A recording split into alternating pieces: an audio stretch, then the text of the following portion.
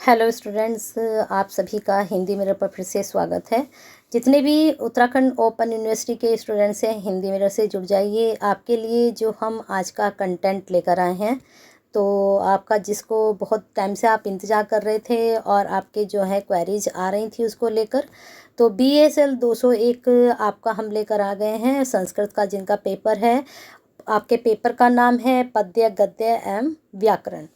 अब इसमें कौन कौन सी यूनिट है, पहले उनको हम चेक कर लेते हैं। कितनी यूनिट है? टोटल यूनिट है आपकी, यहाँ पर खंड के हिसाब से यूनिट इन्होंने डिवाइड की है।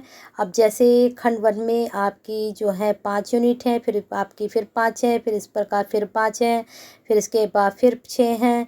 तो इस प्रकार से ये खंडों में डिवाइड है और 4 खंड में है, तो हर एक में 5-5 है। इस प्रकार से 21 या 20 के आसपास आपकी यूनिट ये बैठ रही हैं। चलिए यूनिट वाइज आपको बता देते हैं किस प्रकार से आपको तैयारी करनी है।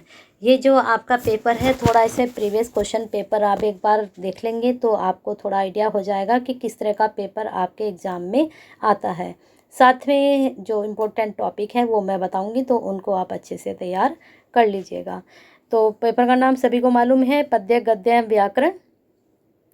अब पद्य काव्य में इन्होंने क्या लिया है? किरातोर्जन नियम लिया है। देख लीजिए यहाँ पर ये भारवी का लिखा हुआ है ये, ठीक है। अब यहाँ पर इन्होंने इसका प्रथम सर्ग ही लिया है, प्रथम सर्ग ही लिया है, ज़्यादा कुछ नहीं लिया है। प्रथम सर्ग में इन्होंने 1 से 15 श्लोक संख्या, फिर 16 से 30 तक, फिर 31 से 46 तक, फिर प्रथम सर्ग की महत्वपूर्ण जो सूक्तियाँ हैं उनकी व्याख्या। तो श्लोक संख्या वही हैं, ये सब जो महत्वपूर्ण सूक्ति हैं उनकी व्याख्या आपको तैयार करनी है। और साथ में भारवी का जो है जीवन परिचय कर लीजिए, और महाकाव्य के रूप में किरातार्जुन का मूल्यांकन, ठीक है। ये 2 टॉपिक जरूर कर लीजिए और व्याख्या आपको करनी है। व्याख्या तो कोई नहीं कह सकता कि ये वाली इम्पोर्टेंट रहेगी। तो प्रथम सर्ग की जो इतने भी महत्वपूर्ण व्याख्या है जो आपको लगती है कि एग्जाम में आ सकती है, वो आप उसको तैयार कर सकते हो। अब आते हैं कालिदास पर। ऐसे ही कालिदास का आपको जीवन परिचय करना है और इन दोनों का तुलनात्मक अध्ययन भी आप दिखा सकते हो, ठीक है। कुमार संभव और उसका दोनों का तुलनात्मक अध्ययन भी हो सकता है। साथ में महाकाव्य के रूप में कुमार संभव का भी मूल्यांकन आप पढ़ लीजिए। ये 2-3 टॉपिक हैं, तो ये तो 100% बनेंगे ही आपके, ठीक है। 100% बनेंगे तो क्वेश्चन आपका तैयार हो गए 2-3 आपके। अब यहाँ पर श्लोक संख्या, इनको अगर आप एक बार गो थ्रू कर लेंगे सभी को, तो आपको थोड़ा आइडिया हो जाएगा। सपोज करो दोनों में से एक एक व्याख्या आ गई, तो आप क्या करेंगे? आपको याद होगा कि ये वाली कुमार संभव की है और ये वाली किरातार्जुन अर्जुन की है। तो इसमें क्या होगा आपका, अगर व्याख्या में आपने ऊपर लिख दिया कि ये जो है भारवी के द्वारा रचित है और ये किरातार्जुन से ली गई है पंक्तियाँ, तो इतने से ही एग्जामिनर को पता चल जाता है कि आपका ये पैराग्राफ या पद्यांश या गद्यांश जो है पढ़ा हुआ है। और स्टूडेंट्स नीचे टिप्पणी जो लिखते हैं पूरी व्याख्या करने के बाद, इस पर भी आपको नंबर मिलते हैं, तो टिप्पणी भी आप ज़रूर लिखिएगा। टिप्पणी में क्या करते हैं, जो काव्य होता है उसमें सारे काव्य रूप बताते हैं कि इसमें कौन सा अलंकार लिया गया है और इसकी क्या विशेषता है। इस तरह के आप पॉइंट्स बना सकते हो 3-4 टिप्पणी में, इसमें क्या एक्सप्लेन किया गया है, तो वही सब आपको बताना है। अब आते हैं तीसरे पर, कादम्बरी, ठीक है, जिसमें सुकनो उपदेश है। तो इसमें बाण की जो ये बाण भट्ट के द्वारा लिखी गई है कादम्बरी। तो बाण की कादम्बरी का विहंगावलोकन करना है गद्य गद्य काव्य की परंपरा में। यहाँ पर सुकनोपदेश का परिचय देना है और साथ में गद्य भाग इसका आपको करना है बस, और साथ में इसकी व्याख्या, बस और कुछ नहीं। यहाँ पर थोड़ा सा ही आपको गो थ्रू करना है।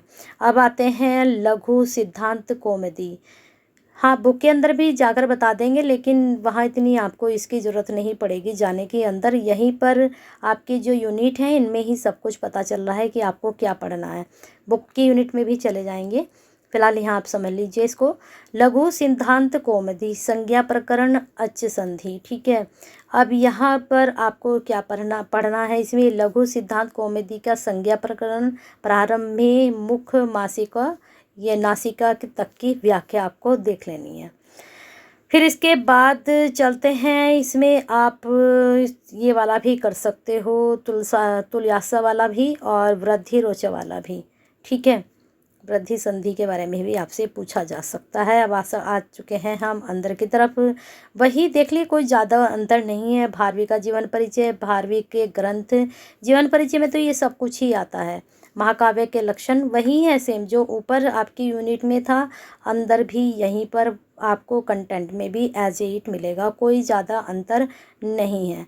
देख लीजिए सेकंड यूनिट में भी आपका ऐसे ही है। मैंने कहा था कि ये तो आपको पढ़ना पड़ेगा, यहाँ हम नहीं बता सकते कि ये वाला इम्पोर्टेंट है या फिर ये इम्पोर्टेंट है। हमने बता दिया कि दुर्योधन के नीति का वर्णन बहुत इम्पोर्टेंट है। अगर नहीं आया तो इसलिए मैं कह रही हूँ कि व्याख्या जो है सारी एक बार गो थ्रू कर लीजिए, क्योंकि ज़्यादा टिपिकल नहीं होती हैं ये।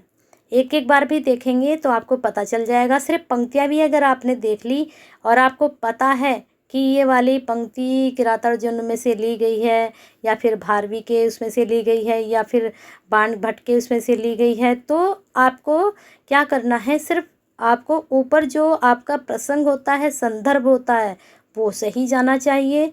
व्याख्या अगर आप थोड़ी सी भी इधर उधर करके उसको एक्सप्लेन कर देते हैं तो आपको नंबर डेफिनेटली मिलते हैं। साथ में नीचे जो टिप्पणी होती है, टिप्पणी में अगर आपने 2 से 3 पॉइंट भी लिख दिए तो आपके नंबर अच्छे बन जाते हैं। बाकी जो आपका प्रीवियस पेपर है उससे थोड़ा बहुत आपको थोड़ी बहुत नहीं, आपको बहुत ज़्यादा हेल्प मिलेगी प्रीवियस के पेपर से। तो वो मैं अपलोड कर दूँगी शाम को आपको, फर्स्ट ईयर के और सेकेंड ईयर थर्ड ईयर के। शाम को नहीं करूँगी तो कल को तो ज़रूर कर दूँगी मैं। आज आप बुक से तैयारी कीजिए, ठीक है। यहाँ पर वनेचर की उक्तियाँ, 3 उक्तियाँ दी गई हैं, तीनों को पढ़ लीजिए। द्रौपदी के कथन का उपक्रम पढ़ लीजिए, द्रौपदी की उक्तियाँ कर लीजिए, ठीक है।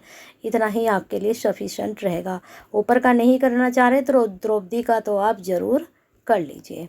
आ चुके हैं हम श्लोक संख्या 31 से 46 तक। अब यहाँ पर युधिष्ठिर के पूर्व जीवन का वर्णन देख लीजिए, शांति की नीति की आलोचना देख लीजिए।